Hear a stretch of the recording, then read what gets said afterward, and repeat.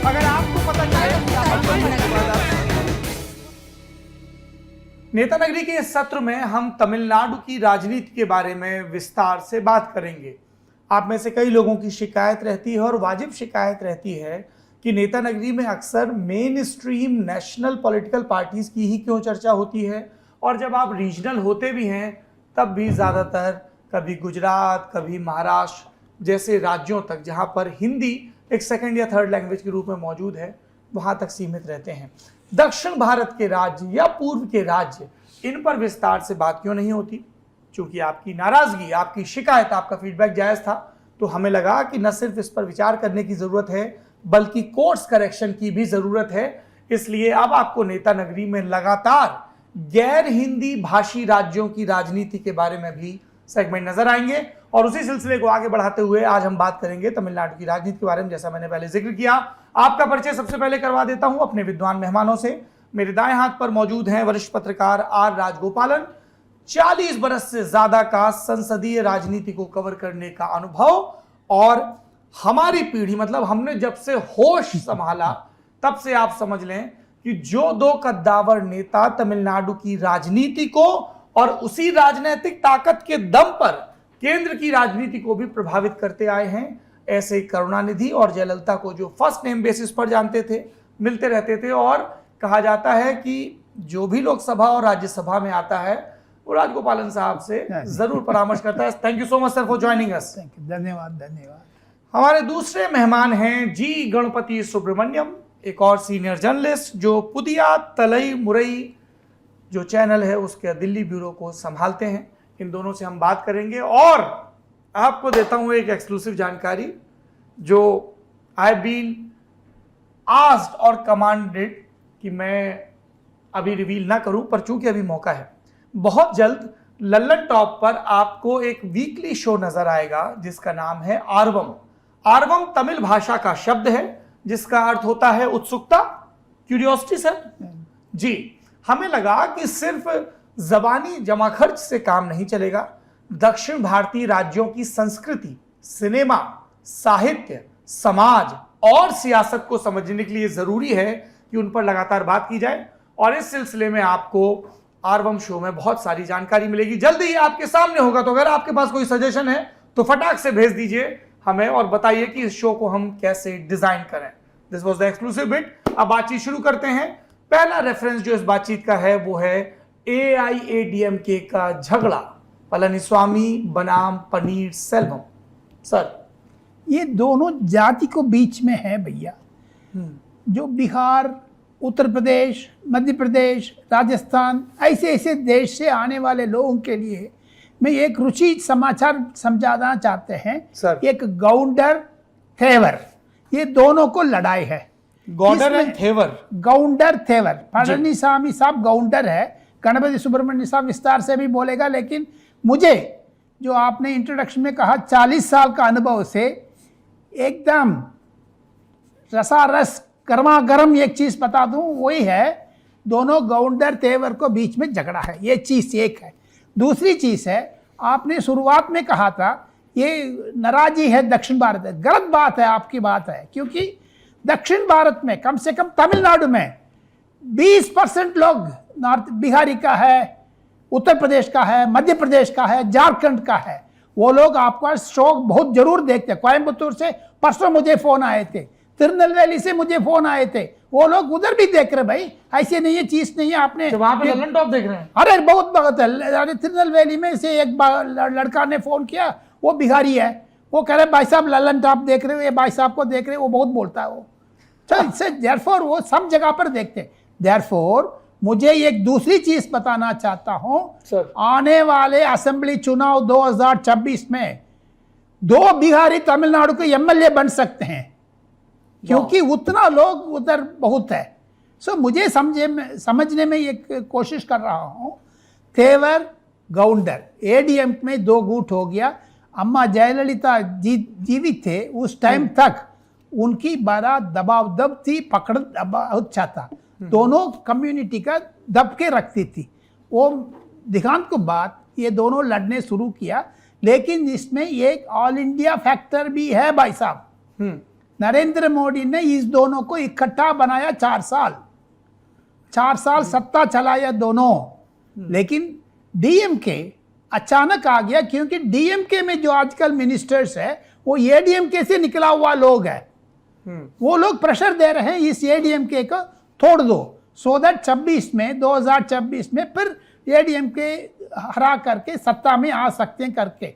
लेकिन एडीएमके अम्मा जयललिता दिगांत को बाद, करुणानिधि दिगांत को बाद, रजनीकांत मना करने के बाद, राजनीतिक में मैं नहीं आऊंगा करने के बाद एक वैक्यूम है। उस वैक्यूम का बीजेपी ने पकड़ लिया। वही चीज़ है, वो आगे मैं विस्तार से बता दूंगा। अभी आप गणपति सुब्रमण्यम साहब से पूछ लीजिएगा, ये चीज़ गलत है सच्चाई है। लेकिन अब दोनों बात करने टाइम पर भाषण चेन्नई हाई कोर्ट में एक केस चल रहे हैं ईपीएस ओपीएस के बीच में। अनदर आधा घंटे के अंदर वो रूलिंग देने वाले हैं। परसों यानी जुलाई 11 तारीख सुबेरे जनरल काउंसिल मीटिंग है, उसमें मारामारी बहुत होगा। ये तेवर कम्युनिटी गौंडर कम्युनिटी के बीच में जो पकड़ है वो दोनों को मैं फर्स्ट हूँ या दूसरा फर्स्ट है करके झगड़ा है। यही तो एडीएमके में स्प्लिट है, बाकी कुछ नहीं है। जी Ganapathi sir, your opening remark on this fight. जैसे राजगोपालन साहब ने बोला, इसका एक नेशनल पर्सपेक्टिव है सर। हर पार्टी के लिए एक कमांडिंग लीडरशिप बहुत ज़रूरी है, वो तो सब लोग जानते हैं। और ज़्यादा अभी फील कर रहे हैं कि जैसे 2014 से prime minister Narendra Modi NDA BJP दोनों को जैसे आगे लेके जा रहे हैं, एक इलेक्शन के बाद दूसरा इलेक्शन जीते जा रहे हैं। ये एडीएमके के साथ क्या हुआ, 10 साल वो कंटिन्यूस पावर में था। जयललिता जी इलेक्शन जीत के 2011 से लेके उसके बाद 2016 में दोबारा जीत के पावर दिया, लेकिन जयललिता जी की अंत हो गया। उसके बाद पार्टी में झगड़ा पूरा टाइम, बहुत सारा फैक्शन हो गया। एक तो Sasikala faction, TTV Dhinakaran faction, एक पन्नीर सेल्वम फैक्शन और एक एडपाड़ी पळनिसामी फैक्शन, ऐसा हो गया। इसकी वजह से रिजल्ट क्या हुआ, पिछले साल असेंबली इलेक्शन एआईएडीएमके हार गया, 2019 लोकसभा इलेक्शन हार गया, सिर्फ एक सीट जीत पाया। इस बीच में लोकल बॉडी इलेक्शन हार गया। तो एक के बाद एक हारते हुए आ रहा है। इसका कारण अंदर का झगड़ा है, तो उसको पार्टी का ज़्यादातर नेता ख़त्म करना चाहते हैं। अगर ख़त्म नहीं करेंगे तो भाजपा तैयार बैठा है डीएमके का ऑल्टरनेट जो स्पेस है उसको पकड़ने के लिए। अभी क्या है, एक डीएमके है, एक एआईएडीएमके है, बस ये दोनों की बात अलावा और किसी का जो है वहाँ पे इतना पकड़ नहीं है कि पावर में आ जाए। ये 1967 से 50 साल हो गया और कोई पावर में आया ही नहीं, या तो डीएमके या तो एआईएडीएमके। डीएमके शुरू में पावर में आया था कांग्रेस को बाहर करके, उसके बाद 1977 में एमजी रामचंद्रन आए पावर में, उसके बाद 10 साल हो रहे। जब वो उनका अंत हो गया था, फिर से पार्टी के अंदर प्रॉब्लम हुई तो डीएमके पावर में आया। फिर ऑल्टरनेटिंग जयललिता एआईएडीएमके को रिवाइव करके पावर में लेके आई। ऐसा ऑल्टरनेट चलता रहा कि 2011 में जयललिता जीत के, फिर 2016 में दोबारा जीत के एक नया रास्ता दिखाया। लेकिन इन फाइटिंग की वजह से वो एडवांटेज एआईएडीएमके का खो चुका है। उसी को जो है अब वापस लाना है करके पार्टी का सारे वर्कर सपोर्टर सब फील कर रहे हैं। इसमें कौन वो काम कर सकता है, कौन वो उस जगह पे आ सकता है, लीडर बन सकता है। तो एडपाड़ी पळनिसामी ने एक एक करके अपना सब पोजीशन कंसोलिडेट कर दिया, बाकी जितना राइवल्स थे उनको किनारे कर दिया। तो अब फाइनल स्टेज पे आया है। अभी हाई कोर्ट में भी केस है, सुप्रीम कोर्ट में भी केस है, इलेक्शन कमीशन में भी कंप्लेंट है, पर एडपाड़ी पळनिसामी और उसके साथ मेजॉरिटी का लोग हैं, तो आज नहीं तो कल वो पार्टी को कैप्चर कर लेंगे। उसके बाद वो ये सोचते हैं कि कैप्चर करने के बाद एकजुट होके एआईएडीएमके फिर से पूरा ताकत से इलेक्शन लड़ेगा और डीएमके से पावर छीन के वापस पावर में आएगा। तो इसीलिए ये पूरा लड़ाई हो रही है। अच्छा, मैं इससे पहले कि आगे बढ़ूँ, शायद अपने ओपनिंग रिमार्क में बहुत क्लियर नहीं था सर। आई वॉजंट सेइंग कि there is some anti Hindi segment or something. मैं ये कह रहा था कि नेता नगरी जो शो है जिसमें अलग अलग पॉलिटिकल थीम्स पर डिस्कशन होता है, उसमें नॉन हिंदी स्टेट्स की पॉलिटिक्स पर रिलेटिवली कम डिस्कशन होता है. We were instructed by our viewers to talk more about it, और उस कंटेक्स्ट में हमें लगा कि we should include new segments. इस वो मैं कह रहा था. मैं ये नहीं कह रहा था कि नहीं, माफी चाहता हूँ भाई साहब, ऐसी बात नहीं है, मैंने गलत नहीं बोला. जी. तिरुनेलवेली से वो लड़का देखते हैं जितना करोड़ों रुपया इन्वेस्ट करके अरुण पुरी साहब ने आज तक कराया, लेकिन ये एक लल्लन शो, ये कि हाथ में यूट्यूब है, हाथ में वो रिमोट नहीं है, कुछ नहीं है, तो उंगली में ऊपर नीचे जाता है, वो एकदम पॉपुलर हो जाते हैं. जो आप पॉपुलर है, हम भी पॉपुलर. नहीं, एक सेकेंड, अभी तो चीज में बोलने वाला हूँ. वो तो आपकी खतरनाक चीज है जो उंगली करके एकदम रिमूव करते हैं टेलीफोन में. उसको पास रिमोट नहीं है, इलेक्ट्रिसिटी नहीं है, किस नहीं है, एकदम यूट्यूब हाथ में है, लल्लन टॉप आ जाते हैं, नंद नगरी देखो, ये देखो, गीता दिगरी, सो भी आपने आर्वम बोला वो भी देखो. लेकिन एक चीज है, तमिलनाडु में एंटी हिंदी फीलिंग सिर्फ राजनीतिक दौर में है, लेकिन सब लोग हिंदी बोलते हैं. उधर होटल जाओ, कपड़ा का दुकान में जाओ, एयरपोर्ट में जाओ, लेकिन सीआरपीएफ में भाई साहब कम से कम 35% हिंदी लोग हैं तमिलनाडु में. ये मैं क्यों कह रहे, आने वाले सोशल इंजीनियरिंग टाइप में, इसलिए तो बीजेपी उधर इंपॉर्टेंट पकड़ रही है, जमीन पकड़ रही है, जड़ पकड़ रही है, इसीलिए क्योंकि 20 साल से 25 साल से है. मद्रास से एक लड़का गया, बिहार से, दरभंगा से गया है, वो मद्रासी से शादी कर ली. वो मद्रासी बच्चा, वो मद्रासी बोलता, हिंदी बोलता नहीं है. ये रंगराज पांडे है करके ये चाणक्य टेलीविजन चलाता है, वो बिहार का है, जो हमारा प्रशांत किशोर पांडे के रिश्तेदार है वो.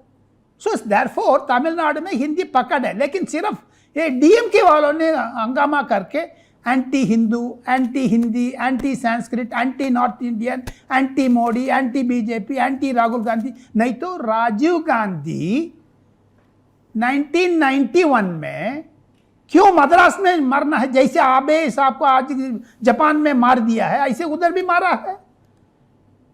30 साल पहले, 35 साल पहले मारा है. क्यों? Anti Hindi feeling. लेकिन आजकल वो नहीं है. 1965 में जब हिंदी एजिटेशन में मैं भी ज्वाइन किया था, लेकिन उस हिंदी एजिटेशन आजकल है नहीं है तमिलनाडु में. क्यों? नरेंद्र मोदी, अमित शाह का दबदबा मद्रास में पकड़ रहे. 4 एमएलए आ गया अभी, क्योंकि वो हिंदी बेस बना लिया एकदम. प्लस उसको ऊपर on the top of it Narendra Modi साहब का जितना भी सोशल वेलफेयर स्कीम है वो सारा तमिलनाडु में जा रहे हैं. तमिलनाडु में एक घर में नल से जल, पानी, DBT, direct bank transfer, toilet, सब कुछ सुविधा है. एंड सेकेंड थिंग, ये नरेंद्र मोदी के चालाकी देखिए, इधर तो आपको पकड़ने के में आ रहा है. मन की बात में कम से कम 90 मन की बात में भाई साहब नरेंद्र मोदी ने 26 बार तमिलनाडु लड़के लोगों से बात किया. एक बार्बर से बात किया, एक टेलर से बात किया, एक ड्राइवर से बात किया. कोरोना टाइम पर कोयम्बतूर से बेंगलुरु जा रहे थे, एक स्टेट छोड़ करके दूसरा स्टेट, उस ड्राइवर से बात किया. देयरफॉर उन्होंने अपना जमीन में आपने पकड़ बना रहे.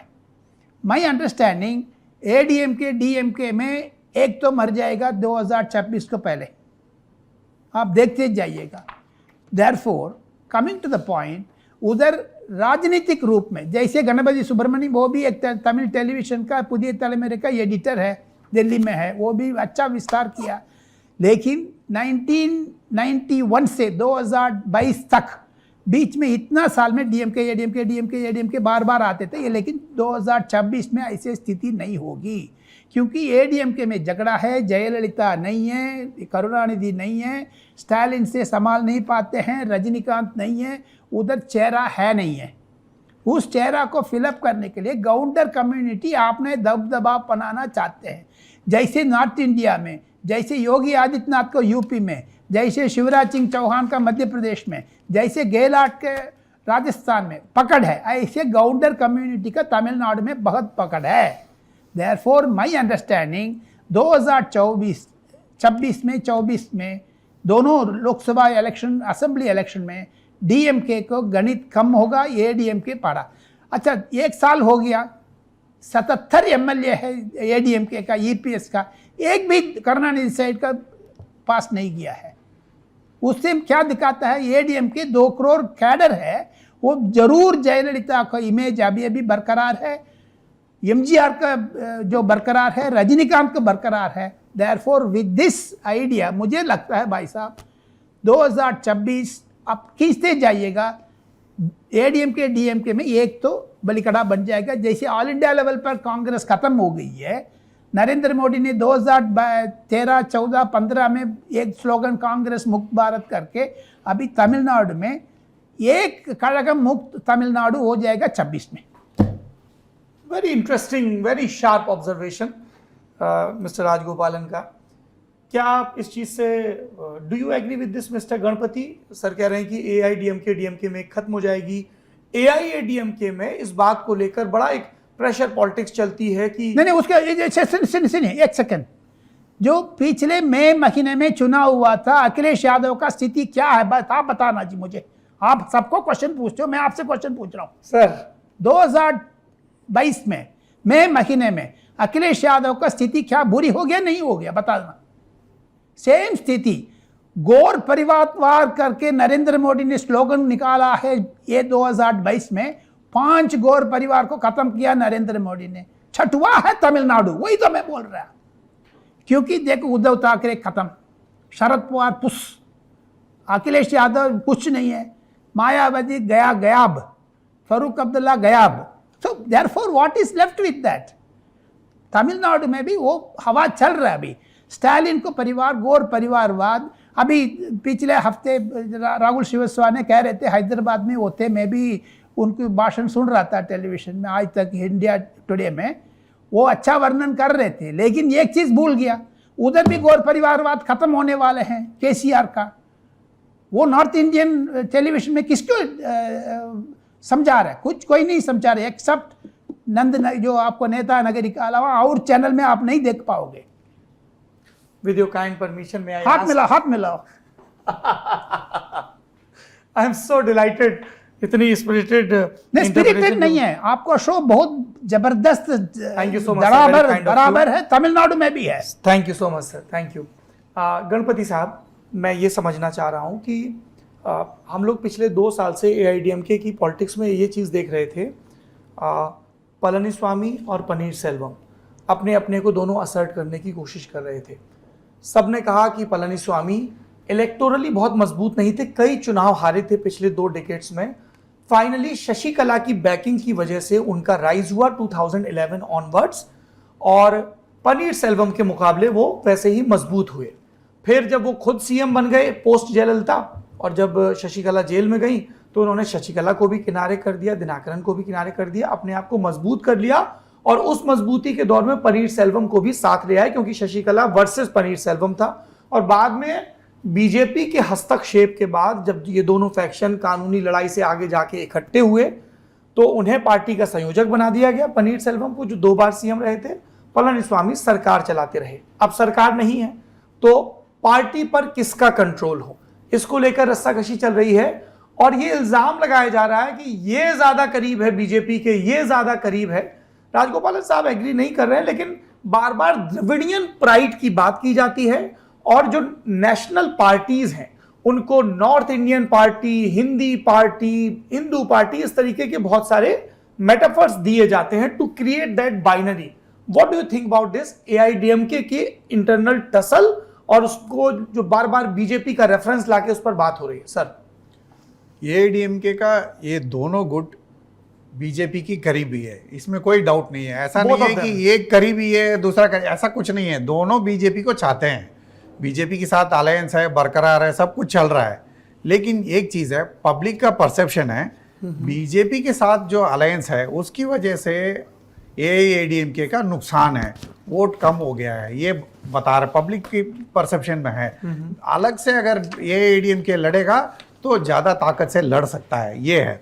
और जैसा आपने बताया 50 साल से एक अलग रास्ते पे जा रहा है तमिलनाडु, द्राविडियन पॉलिटिक्स, या तो डीएमके पावर में है या तो डीएमके से निकले हुए जो एआईडीएमके है वो पावर में। दोनों मतलब द्राविडियन पार्टी है, एक ही फैमिली से आते हैं, कोई अलग अलग तो है नहीं। अन्नादुरई के जाने के बाद वो भेद हुआ, करुणानिधि की और एमजीआर की नहीं बनी।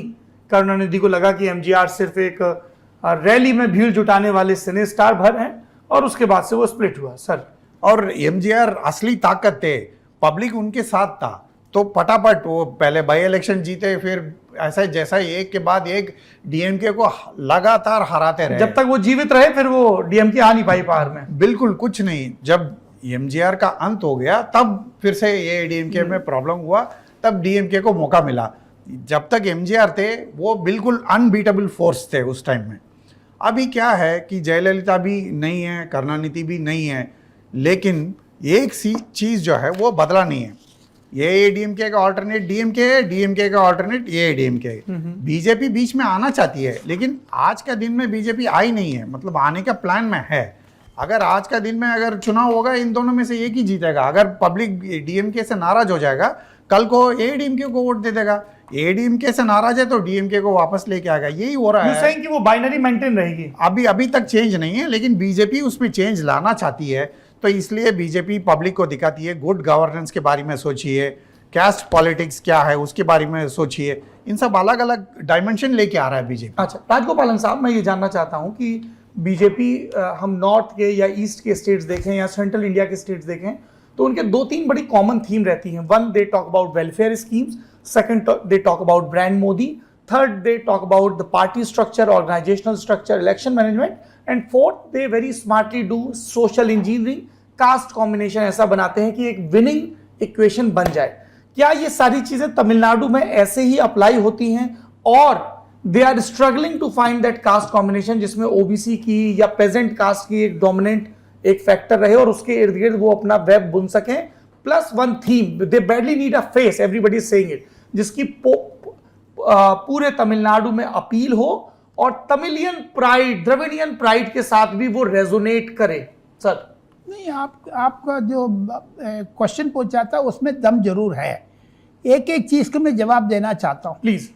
एक, जो नरेंद्र मोदी साहब का दबदबाव तमिलनाडु में आजकल शुरू हो गया, क्योंकि डीएमके ने go back Narendra Modi balloon चढ़ाया, काला शर्ट पहनाया, प्लस नरेंद्र मोदी का काला झंडा दिखाया।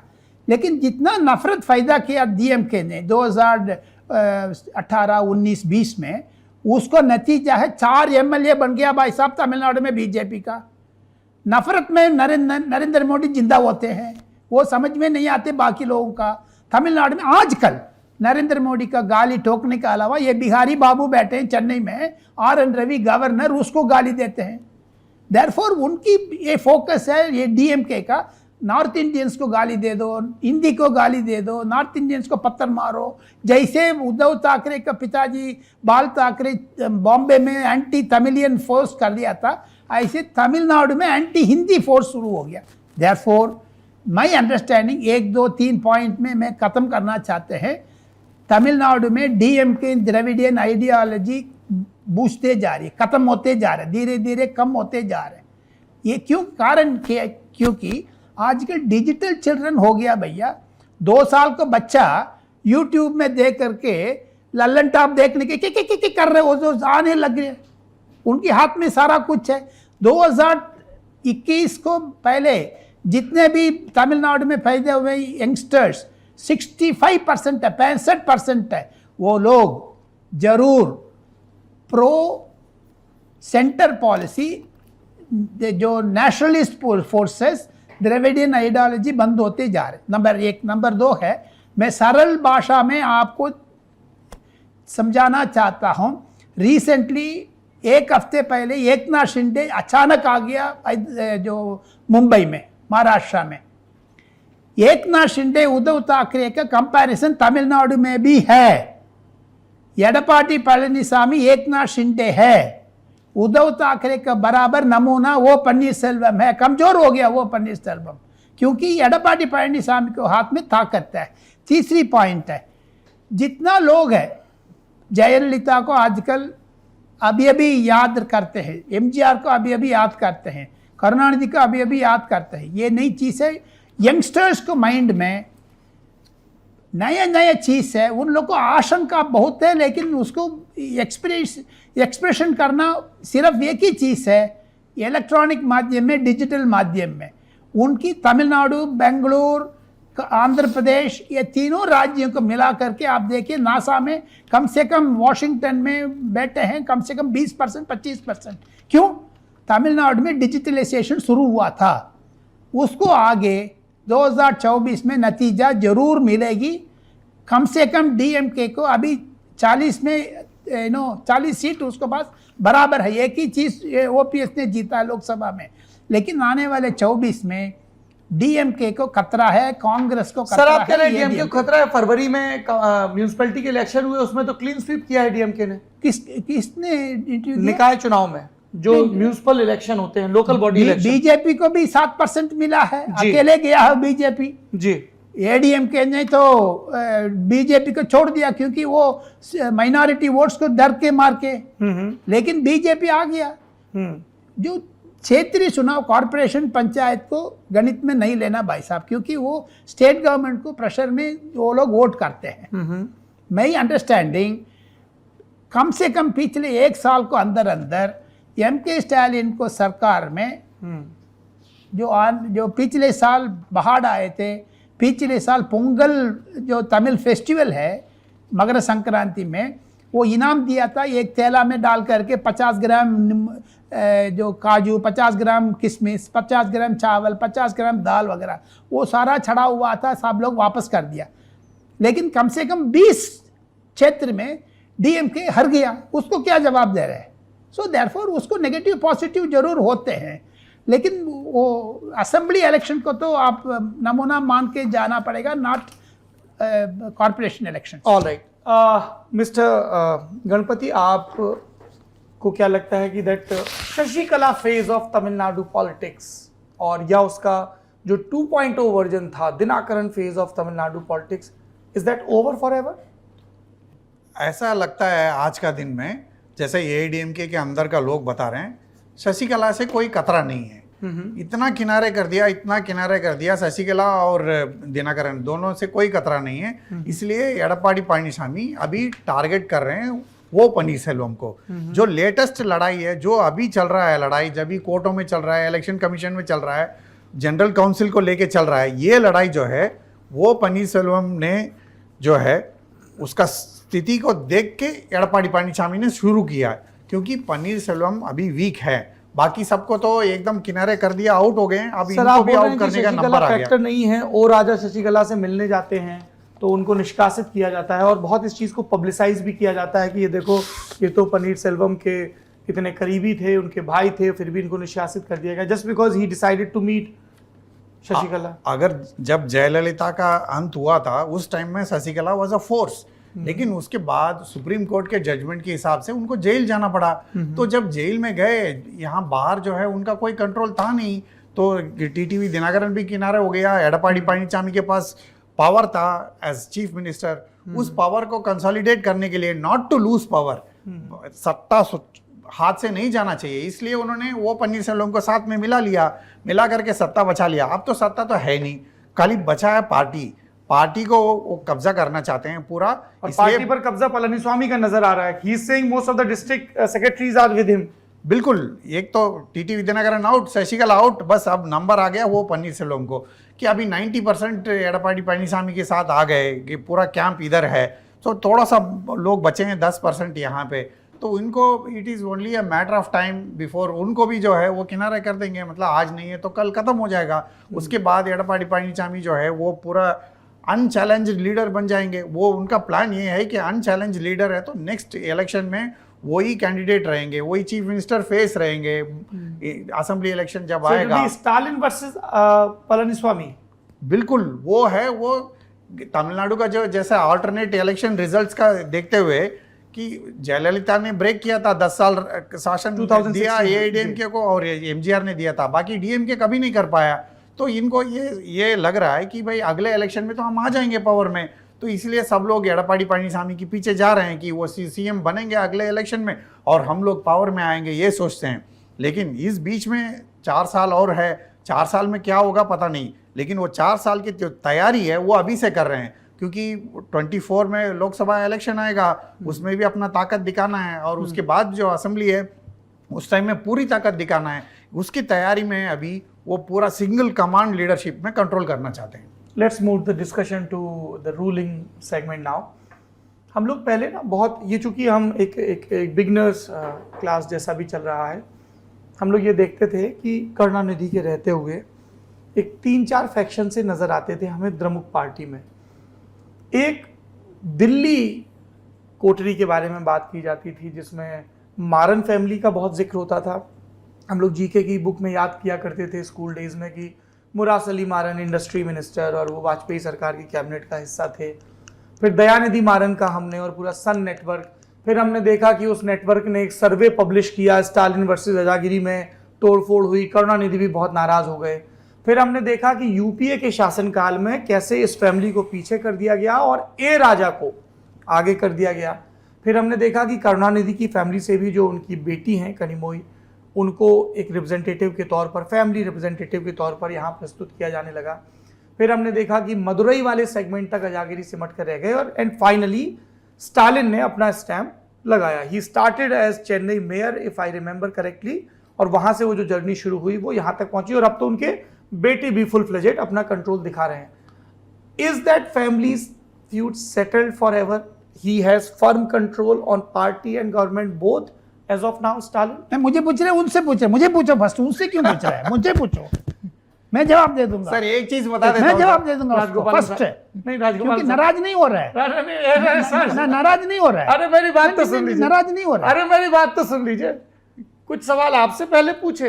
नहीं, वो जवाब देने के पहले मैं देना चाहता हूँ, मैं डोमिनेट करना चाहता हूँ, वही तो कह रहा है। You want to हाँ, dominate? yes, And you क्योंकि- want to declare as well? ये नहीं है, क्योंकि आपको दर्शकों को ये चीज मालूमात होना चाहिए। आपने बोला मोरसोली मारन, वो मेरा बहुत खास दोस्त था, इसीलिए मैं गुस्सा होने लग गया गणपति सुब्रमण्यम को बारे में, क्योंकि मोरसोली मारन था, वो सिद्धांत के रूप में लड़ाई लड़ते थे द्राविड़ मूवमेंट का। वो बाकी आने के बाद उसको बेटा लोग कॉर्पोरेट कर दिया है। इसीलिए तो एडपाडी पழனிசாமி बार बार बोलते हैं डीएमके का कॉर्पोरेटाइज हो गया। दयानिधि मारन आकर के सन नेटवर्क का कम से कम 25-30 हजार करोड़ रुपया कमा करके डोमिनेट करने लग गया। DMK has become a private limited company, वो बोल रहे। ये चीज गणपति बोलेगा क्या? मैं बोलूंगा सिर्फ, क्योंकि इस जितना भी हॉल में है, मैं बुजुर्ग हूं, मैं बोलने को कोई नहीं कर सकता। मुझे राजगोपालन साहब, सुनो करुणानिधि हो, स्टालिन हो, कोई भी हो, केसीआर हो, नहीं तो जो कोई भी हो, I am being schooled on anchoring, पर राजगोपालन साहब ये बात तो आप अपनी बारी आने पर ही बोल सकते हैं, मुझे पता है। ठीक है। पर वो ऐसे होता है ना कि एक बार अच्छा, यहाँ ठीक है, मैं शांत हो जाऊंगा। नहीं नहीं सर, आप बिल्कुल, हम आपको सुनने के लिए आए।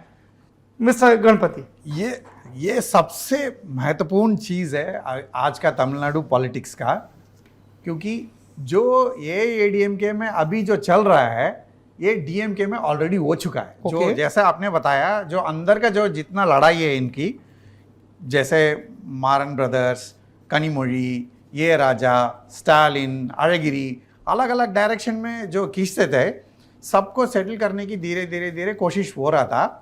करुणानिधि जी अपना लाइफ टाइम में मैक्सिमम वो कर चुके थे। अब वो कंप्लीट हो गया, क्योंकि वो कंसोलिडेट करके पूरा पावर जो है उनका बेटा एमके स्टालिन के हाथ में दे गए। उसी कारण से आज वो चीफ मिनिस्टर का पोस्ट में है, पार्टी भी पूरा उनका कंट्रोल में है। बाकी जितने अलग अलग जो नेता थे सब अब इनकी नीचे आ गए हैं। कोई कुछ आज का दिन में चैलेंज नहीं कर सकता एमके स्टालिन को कि जो डिसीजन वो लेंगे उन्हीं का डिसीजन फाइनल होगा, और उनके बाद में उनका बेटे को भी वो लेके आ गए हैं।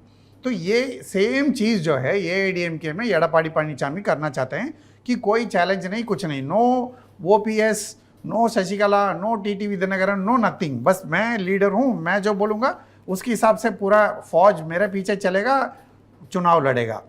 लेकिन डीएमके में अब एक चीज़ है जो डायनेस्टी पॉलिटिक्स बार बार प्राइम मिनिस्टर भी बोलते हैं, वहाँ पे बीजेपी लीडर्स भी बोलते हैं कि भाई करुणानिधि के बाद स्टालिन, स्टालिन के बाद उनका बेटा, और करुणानिधि का फैमिली वाले तो ठीक है अब स्टालिन की लीडरशिप के नीचे आ गए, लेकिन वो लोग तो है, सब पद पे बैठे हैं, कोई एमपी है, कोई एमएलए है, कोई मिनिस्टर है, सब कुछ है। तो ये परिवारवाद का जो जिक्र जो है वो बार बार आता है, वो डीएमके का अगला खतरा बन सकता है। डीएमके का जब खतरा बनेगा, एडपाडी पழனிசாமி का नंबर आएगा। वो नंबर आने के लिए वो अभी से पूरा तैयार होना चाहते हैं। अच्छा सर मैं when I tried to decipher Tamil Nadu politics, I'll come to you. I zeroed in on 5 C's. 5 C हैं जिनको अगर आप समझें तो तमिलनाडु की राजनीति का आपका कहरा समझ सकते हैं। ये 5 C कौन से हैं? पहला है कल्ट, जो सुप्रीम लीडर है किसी भी पार्टी का, उसका करिश्मा कैसा है, उसकी अपील कैसी है, चाहे वो एमजीआर हो चाहे वो करुणानिधि हो। दूसरा है काडर, आपने उस ऑर्गेनाइजेशन को कैसे बिल्डअप किया है, चाहे वो प्रोपेगेंडा के जरिए, पूरा द्रविड़ मूवमेंट में जो था कि सिनेमा देखिए, किताबें लिखिए, नाटक करिए और उसके तौर पे आप अपने काडर को, ऑर्गेनाइजेशन को मजबूत करिए। और इसीलिए पलनीस्वामी वो काडर पर कब्जे की लड़ाई लड़ रहे हैं, आखिरी लड़ाई उस पर्टिकुलर पार्टी के अंदर। तीसरा है कास्ट, आप कौन से सोशल इक्वेशन को बिल्ड कर रहे हैं, so cult, cadre, caste. Fourth is companion, कि आपके अलायंसेस किसके साथ हो रहे हैं। इसीलिए आप देखेंगे डीएमके कभी कांग्रेस साथ चला जाता है, लेफ्ट को भी अपने साथ ले लेता है, एआईडीएमके कुछ छोटी पार्टियों को ले लेता है, बीजेपी कभी पीएमके के साथ होती थी, कभी किसी और के साथ, और जो दूसरी पार्टियां हैं वो अपने अपने रेलेवेंस को स्टैब्लिश करने की कोशिश करती हैं। Fourth is companion and fifth is compensation, किस तरह की फ्रीबीज आप प्रॉमिस कर रहे हैं, स्कूटी, कलर टीवी, मंगलसूत्र और सिविलियन इश्यूज पर आपकी डिलीवरी क्या है। ये 5 मुझे लगता है चीजें हैं सर, इन 5 चीजों पे और इससे इतर भी, क्योंकि आपका विस्तृत ज्ञान है और मुझे बहुत अच्छा लग रहा है। नहीं, लेट मी से दिस। नहीं, प्लीज मैं आया सर, प्लीज। भाई साहब, आप तो राजा है इधर, हम तो प्रजा है। मैं बिल्कुल, I am student sir here, I am just a curious student, I am here to learn. वो क्यूरियस स्टूडेंट में भी सी है, देखो सही देखो सही, इन्होंने क्यूरियस वाला ने ये 5 सी गिना था, ये 5 सी ठीक थे वैसे कि नहीं? गलत है, गलत है। हाँ जी, प्लीज करेक्ट। 60वां सी, ये सिनेमा को क्यों भूल गया आपने? सिनेमा कल्चर अभी अन्नामले आने के बाद सिनेमा कल्चर खत्म हो गया। एडीएमके में सिनेमा कल्चर नहीं है, आपने बिल्कुल ठीक बोला, कल्ट कल्ट खत्म हो गया डीएमके में, एडीएमके में सब कुछ। अच्छा, कैडर, जरूर मैं कहना चाहता हूं भैया, डीएमके को कैडर है, एडीएमके को कैडर है, क्योंकि उधर छोटे उम्र से लोगों का anti Brahmin, anti upper caste, anti Rajput, anti Bhumihar, anti जो जितना भी जस्टिस पार्टी के मूवमेंट से चल रहा है ना सर। अरे जस्टिस पार्टी खत्म हो गया भाई, डिजिटलाइजेशन आने के बाद द्रविडियन कल्चर एकदम पीछे जाने लग गया। कैडर तो है, कल्ट तो है। आप तीसरा बोला कैस्ट, मैंने तो शुरुआत में कहा था जो एडीएमके को ये बीमारी है, गौंडर देवर, दोनों कैस्ट है ना। और डीएमके को क्या बीमारी है? डीएमके को करुणानिधि फैक्टर बीमारी है। कोई कास्ट इक्वेशन उनका कम से कम 40 इक्वेशन क्या है? डीएमके का कास्ट इक्वेशन जो क्रिश्चियनिटी है वो दूसरा सी है। So therefore coming to the point, आपने जो ठीक जवाब पूछा था मुझसे, companion, comparison and cult, everything सी, बिल्कुल अच्छा। आपने मेरा 40 साल तमिलनाडु अनुभव से ये 5 सी अच्छा बोल दिया आपने तो, बिल्कुल। नहीं, ऐसी बात नहीं, ठीक है। आपने तो you categorised it in such A way everyone understands that. मुझे एक ही चीज़ बोल करके मैं भाषण समाप्त करना चाहता हूँ, मेरा वर्णन। नॉर्थ इंडियन लोगों का एक गलत फहमी था तमिलनाडु को ऊपर, उसको नरेंद्र मोदी ने तोड़ा। इसीलिए नरेंद्र मोदी का तमिलनाडु में दबदबाव बहुत हो रहा है। क्योंकि सुनो जी, वित्त मंत्री का नाम क्या है? निर्मला सीतारामन। अच्छा, फॉरेन मिनिस्टर कौन है? एस जयशंकर। किधर से है? तमिलनाडु से। हाँ, जेएनयू से है, मेरे सीनियर दोनों। हाँ, आ गया ना। Both are my seniors. सुनो, अच्छा हो गया। अब्दुल कलाम साहब तमिलनाडु में, वो बीजेपी ने चुना था। एपीजे अब्दुल कलाम तमिलनाडु का है। सेकंड थिंग, जो ये नरेंद्र मोदी साहब ने तमिलनाडु को दबदबा बनाया है, तमिलनाडु में बहुत कैस्ट फैक्टर को मोदी, अमित शाह, नड्डा ने इकट्ठा करके, दरकिनारे करके एक अन्नामले, आप लोग तो एक रुचि में समाचार बताना चाहता हूं आप दर्शकों का जी। ईपीएस सुना, ओपीएस सुना, बीजेपी ने एक आईपीएस खड़ा कर दिया। Good one. इसलिए तो बार बार मुझे बुला दो, मैं गुड वन बोलते जाऊं। नहीं सर, मैं अब आपको लगातार, you are going to be a एक सेकंड, क्योंकि दर्शकों को इंटरेस्टिंग होगा भैया। जो खुशी उनको करना नो है। EPS no OPS. आईपीएस ये ताली बजा दो मुझे। अन्नामलाई। अन्नामलाई अच्छा सर, वो हमारे यूपी में आईआईएम में पढ़ाई करके गए हैं। हाँ समझ बिफोर गया, बिकमिंग समझ गया। आईपीएस लेकिन- ऑफिसर। लेकिन बहुत ये क्योंकि नरेंद्र मोदी का पकड़ है, इसलिए मैं कह रहा अन्नामलाई को ढूंढा।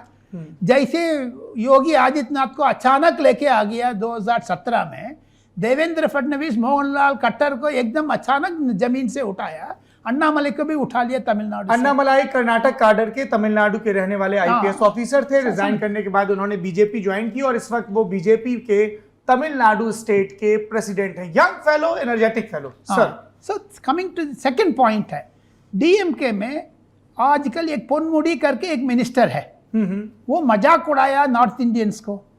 कैसे मजाक उड़ाया? हिंदी बोलने वाले सारा पानी पूरी बेचने वाले हैं करके कर दिया, एकदम कूड़ा लेकर के पहुंच गया उनके घर में 50 लोग। सर हम लोग तो तमिल बोलते हैं, हम लोग नॉर्थ इंडियन नहीं है भैया, हम लोग तो बिहार में पैदा हुआ, ये जो समस्तीपुर से आ रहा हूँ, इलाहाबाद से आ रहा हूँ, जो पटना से आ रहा, लेकिन हम लोग तमिल इकट्ठा हो गया इधर 20 साल 25 साल से, मेरा बाप ने उधर से आ गया। दीप तमिलनाडु में भाई साहब आप जा करके देखोगे, तंजावुर में, तिरुनेलवेली में, कन्याकुमारी में खेती करने वाले आधा बहुत लोग बिहारी यूपी का है। So therefore coming to the point, Narendra Modi का फर्स्ट ये लोग भेजा है नॉर्थ इंडिया में, एंटी हिंदी बोला ना जी। पिछले 20 साल में migration to Tamil Nadu is more from north India. तो अभी जो ए राजा ने बोला एक धमकी देते हुए, क्या बोल दिया? ए राजा ने बोला ना कि अगर तमिलनाडु अलग हो जाएगा करके जी। लेकिन उसको तो एंटीडोट दे दिया बीजेपी वालों ने। तमिलनाडु को दो तोड़ दो, पांडी नाडु पल्लव नाडु कर दो, एकदम हो गया ना उधर उत्तराखंड का तरह, यूपी से अलग कर दो उसको भी, वो आंदोलन शुरू कर देगा। तो जो तमिलनाडु में उन लोगों का अकेले जाने में, अलग जाने में रुचि है, उसको कम कर दिया है। My point is completing my argument to your viewers, Tamil Nadu में आने वाले दिन में एडीएमके को पकड़ अच्छा होगा, ईपीएस का पकड़ अच्छा होगा। एडीएमके बीजेपी अलायंस 2024 में आने का उम्मीद है, 2026 में सत्ता में आने का उम्मीद है। अच्छा ये बताइए सर, मेरा जो ओरिजिनल सवाल था कि अभी स्टालिन का विनिंग कॉम्बिनेशन क्या नजर आ रहा है? अभी वो पावर में आए ना, तो किस वजह से पावर में आए? What is working in their favour और what worked in their favour? क्योंकि मैं पहली बार आपसे बात कर रहा हूं, so I want to know your thoughts about DMK post Karunanidhi. जो मैं इस चीज बोलने के बाद मेरा ऊपर गाली गो शुरू हो जाएगा, सब लोग मुझे गाली देने शुरू कर देंगे, including you and Ganapathy. No sir, I never abuse my seniors. सुनो, डीएमके में आज गणपति साहब मुझे हाँ नहीं तो नो कहना चाहिए, यस और नो कहना चाहिए। It's a trick question for you as well. Yes 8 लोग डीएमके मिनिस्ट्री में है भाई साहब, 8 लोगों में एडीएमके से आया हुआ है लोग है, नहीं तो डीएमके सत्ता में आने वाले नहीं थे। जयललिता जाने के बाद मैं उसका नाम भी गिन सकता हूं, सेंथिल बालाजी। गणपति हाँ नहीं बोलो, बोल दीजिए भाई, मुंह से बोलो, सिर नहीं मारना। सिर सही नहीं है। लेना। सही है। सही हाँ। अच्छा ये बताइए, आप अपने सारे, जैसे मैं तो बहुत छोटा हूं तो आप खूब डांटिए, पर आप ऐसे सबको डांट के एकदम ठीक रखते हैं। नहीं डांटना नहीं है, क्योंकि जो उम्र की वास्ते प्लस हमारा नहीं, पास नहीं, पकड़ सर, है भैया। सर, you have सुनो knowledge। सुनो, पकड़ है, इसीलिए तो हाँ, बोलिए। आपने तो इंट्रोडक्शन में बोला करुणानिधि साहब ने आने वाले थे, गाड़ी रोक करके मुझे बात करते थे, गणपति को पूछो। नहीं हाँ नहीं हाँ बोलना है, सिर्फ सर नहीं। हाँ, बिल्कुल। सही बोलता है वो। नहीं, इनको गाड़ी में भी ले जाते थे वो, हाँ साथ गाड़ी में भी बिठा ले के, जाते, चलिए। क्योंकि चलिए, तो आप उनके बेटे के बारे में बता दीजिए। उनके बेटे लोग आजकल बिगड़ा हुआ है भैया, जैसे तेजस्वी यादव, जैसे बाकी लालू राजगोपालन साहब करुणानिधि से खुश हैं और करुणानिधि उनके मित्र थे, स्टालिन से नाराज हैं आप? नाराज नहीं है, हाँ। क्योंकि अलग बन गया, कॉर्पोरेट बन गया, सिद्धांत छोड़ दिया। सिद्धांत जो तो बनाया तो आपके दोस्त नहीं है ना उनको अपना पॉलिटिकल सक्सेसर? द्रविडियन मूवमेंट को छोड़ दिया। सो ये टोटल मिला करके आने वाले दिन में यंग लोग तमिलनाडु में 65% भाई साहब तमिलनाडु में दे वांट नई लीडरशिप आएगी ना। अच्छा, so I am moving to my second last question. हम लोग बहुत सारे जिनको कहते हैं ना छोटे प्लेयर्स, मार्जिनल प्लेयर्स, इनके बारे में देखते सुनते रहते थे। जैसे हमने सुना कि कैप्टन विजयकांत ने अपनी पार्टी शुरू की, हमने सुना रजनीकांत अपनी पार्टी शुरू करेंगे, कमल हासन भी उस पॉलिटिकल थिएटर में आए। ये जो अभी स्मॉल प्लेयर्स दिख रहे हैं, या हम लोग पहले सुनते थे, वाइको के बारे में सुनते थे, ऐसे तमाम लीडर्स के बारे में सुनते थे, क्या वो भविष्य में कोई रोल प्ले करेंगे या वो धीमे धीमे ये जो बड़ी धाराएं हैं उसमें मर्ज हो जाएंगे? सर, मर्ज हो जाएंगे, बड़ी धारा में मर्ज हो जाएंगे, क्योंकि जितना भी आप बताया इतना देर तक, विजयकांत, कमल हासन, रजनीकांत, ये सारा लोग सिनेमा थिएटर में आम आदमी को पकड़ के रखते थे। आजकल ये यूट्यूब आने के बाद, नेटफ्लिक्स, फलाना ढिमकाना आने के बाद खत्म हो गया उनकी सिनेमा कंट्रोल। तमिलनाडु राजनीति पर आप अंडरस्टैंड करना सर, चाहते अभी तो विक्रम कितनी हिट हुई है सर, कमल हासन की फिल्म। वो OTT में हुआ है, okay, not in cinema theatre. Theatre में नहीं हुआ है? नहीं, यूट्यूब में हो रहा है, OTT में हो रहा है। सिनेमा थिएटर में कौन जा रहा है भैया? वो तो शादी का बारात घर बन रहे सिनेमा थिएटर तमिलनाडु में, कोई जाता नहीं है उधर, क्योंकि आपको हाथ में सब कुछ आ गया, यूट्यूब में आ गया सब कुछ। आजकल न्यूज़पेपर कौन पढ़ता है? बता दो, उनका कल्ट थोड़ी ना खत्म हो गया है। कल्ट नहीं खत्म हुआ, लेकिन उसको दबदबाव खत्म हो गया, धीरे धीरे कम होते जा रहे हैं। क्योंकि डिजिटलाइजेशन इज इंपॉर्टेंट, वही मैं कहना चाहता तो हूं। ये जो अलग अलग कास्ट ग्रुप को रिप्रेजेंट कर रही थी ये छोटी पार्टियां, उसका क्या होगा? उसको भी धीरे धीरे खत्म हो जाएगा, मुझे Do you लगता agree है। with this observation or you disagree? You may disagree. नहीं, डिसएग्री बोल दो प्लीज। आप अलाउ कर दो सर। नहीं, एक बार डिसएग्री बोल दो, कोई बात नहीं, बोल मैं दो। उसको मैं तर्क नहीं। बता दूंगा दूसरी। नहीं, अलग अलग कास्ट पॉलिटिक्स का जो छोटा छोटा पार्टी है वो छोड़ के जो मेन स्ट्रीम पार्टीज है उसके अंदर जो कास्टिज्म है वो और ज्यादा बढ़ जाएगा। अच्छा, उन कास्ट ग्रुप के लीडर्स इन्हीं मेन पार्टीज में अपने हिस्से का शेयर पालेंगे। बिल्कुल, एआईडीएमके और डीएमके एक जगह में जो है वो नाडार कैंडिडेट खड़ी करेंगे एक पर्टिकुलर कॉन्स्टिट्यूएंसी में, दोनों वो वहां पे और कोई दूसरा कम्युनिटी से कैंडिडेट आ ही नहीं सकता। सिमिलरली कोयम्बतूर एरिया में गाउंडर कैंडिडेट ही करेंगे दोनों तरफ से, वो लीडर्स भी उसी में आएंगे। तो जो पार्टी मेन पार्टीज हैं डीएमके, एडीएमके और बीजेपी में ये होगा कि ऐसा नहीं है कि बीजेपी इन सब चीज से मुक्त है। बीजेपी भी चाहती है कि क्या करते हैं, बिल्कुल को ले लेते हैं। वो बीजेपी चाहता है कि सारा दलित अपना साइड आ जाए, सारा पूरा ट्राइबल अपना साइड आ जाए, और सारे जो है all sections of society, middle class हो या कोई दूसरे जो है वो पिछड़े वर्गों का लोग हो, ये सब आना बीजेपी चाहती है कि सब लोग मेरे साथ आ जाए। तो इसके लिए जो है वो भी अपना सिग्नलिंग करते हैं। जैसे कभी अगर कोई अवार्ड होगा, कभी या कोई एमपी बनाएंगे या कोई लीडर बनाएंगे, वो चुन चुन के निकालते हैं कि ऐसा ऐसा जो कास्ट है या सोशल ग्रुप है जिसका रिप्रेजेंटेशन ही नहीं है, वो चाहते हैं कि माइनॉरिटी वोट भी मेरे पास आ जाए। जैसे अगर केरला में अभी हुआ है कि lot of Christians have started supporting the BJP ideology, क्योंकि वो दूसरा एक आइडियोलॉजी है, वो उससे खतरा इन क्रिश्चियंस को भी हो रहा है। दूसरी आइडियोलॉजी मतलब जैसे अगर शुरू में आपने सुना होगा लव जिहाद वगैरह के बारे में कंप्लेंट आप कह रहे हैं कि वहां पे भी इस्लामिक आइडियोलॉजी का कट्टरपंथ शुरू हो रहा है, जिसके काउंटर में ये केरल में तो हमने सुना था, तमिलनाडु में भी है ना। केरल और तमिलनाडु तो लगे हुए हैं ना। जो केरल में रहता है वो धीरे धीरे तमिलनाडु का वेस्टर्न पार्ट्स में, जैसा अगर वो कोयम्बतूर साइड में या सदर्न पार्ट में कन्याकुमारी है, वहां तो उसका असर दिखता ही है। तो ये सब ग्रुप जो है बीजेपी भी चाहता है कि भाई हमारा साथ कंसोलिडेट हो, तभी हम जीत पाएंगे। मतलब ये सच्चाई भी ये है कि विदाउट कंसोलिडेटिंग, अच्छा, विनिंग कॉम्बिनेशन के साथ तब तक नहीं आओगी, तब तक काम बिल्कुल नहीं करना पड़ेगा, वो करेंगे। मैं बोलूं, I have a very specific, एक सेकंड, उस स्पेसिफिक क्वेश्चन को पहले मेरे बात सुन लो। मेरा बात तो मेरा सुनो। डांट का कोटा पूरा हो गया। सुनो, ये जो गणपति सुब्रमण्यम का डिसएग्री करते हुए अग्री करता हूं, क्योंकि तमिलनाडु पॉलिटिक्स का आपका कैस्ट डोमिनेशन मुझे पूछा था जी, आपको जवाब मैं उत्तर प्रदेश बिहार से मैं दे दूंगा। सर ये राजभर साहब क्या हो गया 2022 में इलेक्शन में, बता दो। नहीं, वो तो पार्ट जयंत चौधरी क्या हो गया जी, बता दो, आप बता देना। जितना वो क्लेम कर रहे थे उतना नहीं मिला। हाँ, उतना नहीं मिला। सेम सिचुएशन तमिलनाडु में भी उभर के आ रहा है। सिमिलरली इन बिहार, जो आपका माजी साहब किधर गया है जी, आपको जो तेजस्वी साहब दूसरा जो नाटक करता है वो लालू साहब का बेटा तेज प्रताप वो किधर गया है। सेम नमूना तमिलनाडु में भी है, सेम नमूना तमिलनाडु में भी खत्म होते जा रहे हैं। जो कैश फैक्टर कास्ट आपने बोला था, विजयकांत, जो रजनीकांत एंड वाइको, सारा राजभर प्लस जयंत चौधरी को बराबर दरकिनारे हो गया तमिलनाडु पॉलिटिक्स में। इंटरेस्टिंग, ठीक है ना? ये इफ आई मे नहीं, ये ठीक है जो कंपैरिजन। मैं तो सुन रहा हूं। जो डिबेट गर्म होना चाहिए, जो दर्शकों को समझाना नहीं, सर, चाहिए।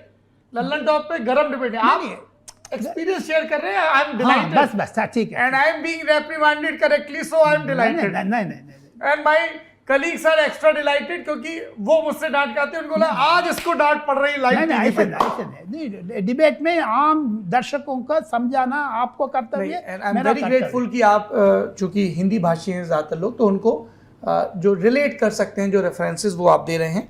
एक मेरी आखिरी रिक्वेस्ट है आपसे, गुस्सा नहीं बोलना, गुस्सा With your time प्यार permission. से पूछो, मैं प्यार से जवाब मैं तो सर एकदम मुस्कुराते हुए विनयवत, हाँ, ठीक, मैं तो ज्ञान पाने आया हूं आपसे। विद्या ददाति विनयम, विनयता ठीक है, बहुत ठीक है। जरूरी है। उसके लिए तो उग्रम वीरम महाविष्णुम ज्वलंतम सर्वदो मुखम नृसिंह भीष्म भद्रम भद्रम नमामि, उसमें हमेशा you have to surrender before the knowledge. Yes, that is why I am saying कि मैं विनयवत आपसे ये पूछ रहा हूं। ठीक है। आपने चूंकि इतना लंबा वक्त गुजारा, तो मैं अगर आप लल्लन टॉप के नेता नगरी के दर्शकों को जय ललिता और करुणानिधि से जुड़ा हुआ एक एक किस्सा बता सकें जो उनके पॉलिटिकल ट्रेट्स को दिखाता हो। अच्छा, बहुत बढ़िया, बहुत बढ़िया, आपने अच्छा पूछा था। जयललिता मैडम ने हनुमान भक्त थी। ओके। हनुमान चालीसा रोज सवेरे पाठ करती थी। 7:30 बजे वो स्नान करके, जो उसमें क्या वर्णन करना है, पानी टपकते हुए आप बिना पोछा लगा करके बाहर आते ना जी, बाथरूम से आते हुए सीधा बिंदी लगा करके, आपने पुराना पिक्चर जयललिता को कभी देखिएगा, वो चंदूर लगाती होती। हनुमान भक्त थी। दूसरी चीज़ है, जयललिता का जो आखिर ईयर्स में जो बीमारी पड़ा ना जी, उस टाइम पर मुझे चेन्नई में मैं जाते टाइम पर एज चीफ मिनिस्टर बताया, राजगोपालन, मेरा जो राइट लेग में जो पाँव है उसमें मोटा उंगली है ना जी, उसमें नाखून बाहर आ गया, आपने आप आ गया। उसमें बहुत मुझे, मेरा सामने she was weeping, really emotional हो गई है, क्योंकि दर्द है, आई कैन नॉट वॉक। मैं ये 125 किलो को वेट हूँ, मैं जा नहीं पाते, करुणानिधि की तरह व्हील चेयर में नहीं जाना चाहते, लेकिन डॉक्टर ने मना कर दिया, मेरा ज़िंदगी और 1 साल 2 साल होगा करके। वो मेरा बहुत ही इमोशनल फीलिंग था। सेकंड, करुणानिधि साहब, जिस दिन अटल बिहारी वाजपेयी साहब तमिलनाडु में जा करके करुणानिधि साहब का घर गए थे, गोपालपुरम, बड़ा बुजुर्ग अटल बिहारी वाजपेयी, प्राइम मिनिस्टर नहीं थे उस टाइम पर, लेकिन सीढ़ी चढ़ करके करुणानिधि साहब फर्स्ट फ्लोर में रहते थे। करुणानिधि साहब का जो बड़ापन देखिएगा, अपना कुर्सी से उठ करके वाजपेयी साहब को उस कुर्सी में बिठा दिया। मैं उस क्षेत्र में उस टाइम में मैं था। इंटरेस्टिंग। करुणानिधि साहब का इतना मर्यादा देते हैं बुजुर्ग लोगों का, दूसरा आदमी नहीं दे पाएंगे। वाजपेयी साहब को उन्होंने, दोनों कविता है, करुणानिधि का कविஞர் कलஞர் बोलते हैं, कविஞर इन तमिल में बोलते हैं पोएट, अटल बिहारी वाजपेयी तो पोएट है। दोनों पोएट मिलने टाइम पर वाजपेयी साहब ने भी कविता सुनाया उस टाइम पर हिंदी में उसको, ओके, साहब को, जो करुणानिधि साहब को। करुणानिधि साहब उठ करके, सर मैं कुर्सी में मैं नहीं बैठूंगा, आप आ करके बैठो, आप बहुत विद्वान है, पुराना है, आपका जो कविஞர் है, पोएट है। So therefore these 2 incidents I will never forget in my life by साहब। इसीलिए मैं बार बार कहता हूं कि जिंदगी में अगर कुछ सीखना है तो लगातार बरगदों के पास जाओ, ऐसे लोगों के पास जाओ जिनके पास तजुर्बा है, क्योंकि गूगल पर सब कुछ मौजूद नहीं है। इसीलिए संवाद जरूरी है। संवाद का, सियासत पर बात का ये सिलसिला नेता नगरी में चलता रहेगा। आप दोनों विद्वान मेहमानों ने अपनी व्याख्याओं से हमारी राजनीतिक समझ को समृद्ध किया। बहुत बहुत धन्यवाद। और सर, मैं चाहूंगा कि आप आगे भी नेता नगरी में आते रहें और अपनी डांट और अपने किस्सों से हमारे जीवन को समृद्ध करते रहें। Thank you so much.